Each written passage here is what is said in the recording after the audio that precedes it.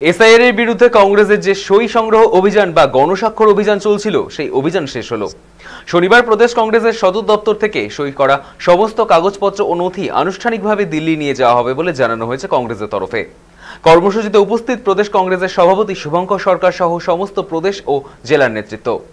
কংগ্রেস নেতৃত্ব জানিয়েছে তারা এসআইআর বিরোধী নন, তবে পদ্ধতিগত ত্রুটিগুলির দিক নির্দেশ করাই তাদের মূল উদ্দেশ্য।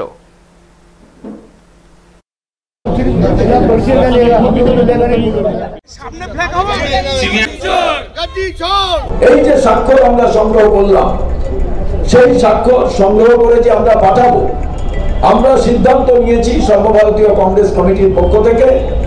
এটা নির্বাচন কমিশন তো নিজেই এই দোষে দুষ্ট, অতএব হয়তো মাননীয় রাষ্ট্রপতি মহোদয়ের কাছে এই সিগনেচার পরে পাঠানো হবে সব একত্রিত করার পর।